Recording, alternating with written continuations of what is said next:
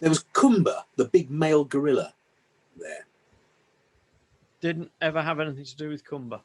No, I think it was Kumba.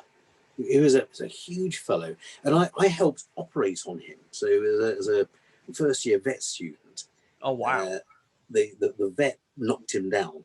Yeah, and he used a blowpipe, and he said Yep. he said steer well clear because Kumba will grab the dart and throw it back.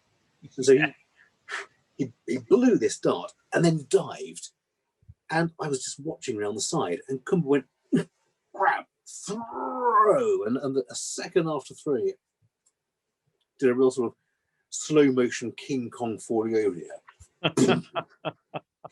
He had a gash on his leg that we need to stitch up. So I was holding him and taking his pulse while this was going on, and holding this huge, great leathery hand. It was amazing.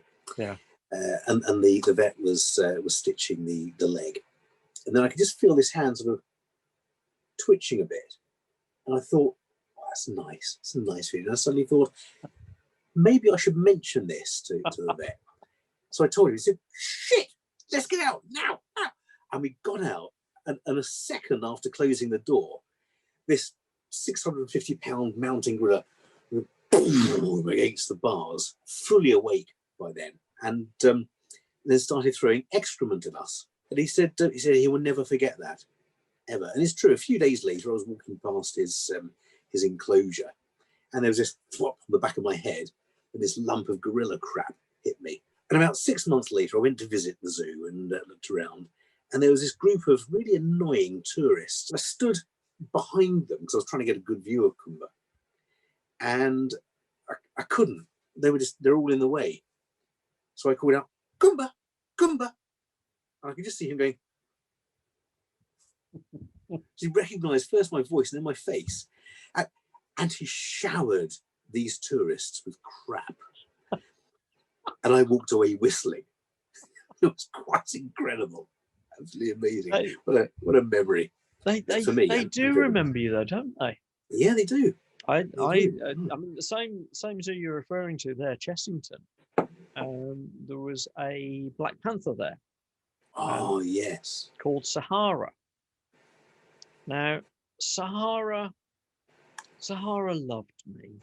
Sahara wanted me. For dinner? Probably.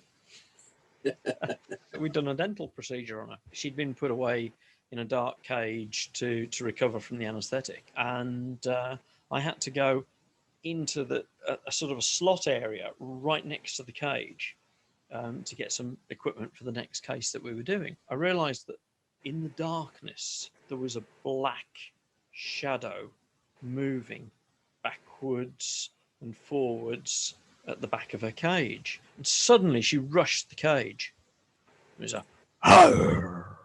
and it was that deep guttural. You don't hear it; it resonates in your body. It's like an explosion, isn't it? Yeah, and it just resonates in your body. You don't just hear it; you feel the whoa! Dashed out of there. I think Sahara's awake. Yeah, that's great, Mike. Did you get the kit? No, I didn't. Okay. Back in a second. So I went back again. And she was back, pacing again at the back of the cage, backwards and forwards. And I looked at her and I thought, well, again, I've got a cage here between me. We're cool. And I know what she's going to do this time. Mm-hmm. And these sort of yellowy green eyes locked in the darkness onto me. I went, yeah. I know what you're going to do. Bang! Into the cage. She hammered again. The guys had told me that she tends to hook keepers underneath the cage. Well, this is what she went for this time. And Swiping a paw. Yeah, well, I had enough time to stand up and look down and realise that this was a solid bottom of the cage. So she couldn't actually hook her paw through and get my ankle. Woo! Oh, well, no problem. And I'm looking down, and I'm only a matter of, 2 foot away from her. And she sort of levitated. And there was a crossbar on the cage about the height of my shoulders. Yes. And I'm now standing up, standing over her. And she levitated, put her 2 great paws onto the crossbar, where my shoulders would have been if the bar hadn't been there. She pressed her face in between the bars, and I could see the work that we'd done, the dental work, and I've got this sort of subtle scent of cat halitosis. And I thought, yeah, well, we did that one well. That's a nice filling. Oh, that's jolly good, and you're obviously feeling a lot better.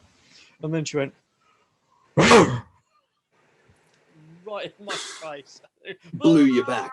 Okay, I'm out of here. You win. Anyway, about 3 or 4 weeks later, the park in question, very, very, very kindly, because of the work we'd been doing, sent me some tickets to bring my family along. So we went to the zoo and the amusement park there for the day. And I said, come on, let's go and visit some of the animals that I've been working on. We went down towards the exhibit, a lovely big cage with Sahara in. And she was asleep on top of a rock. The other visitors were sort of trying to bang on the doors and the guardrail to sort of try and attract some attention. And there was this black panther fast asleep on top of this rock. So I've got my 2 young boys, one either side, walking down towards Sahara. And we got behind the crowd, a little bit similar to your gorilla story there. Sahara picked up her head, spotted me, stood up on the rock and leapt off the rock at the cages. Of course, all the tourists just parted. So I'm just left there with my boys and this furious black panther pacing backwards and forwards, trying to get through the glass to get at me. And I said, I think she likes me, boys.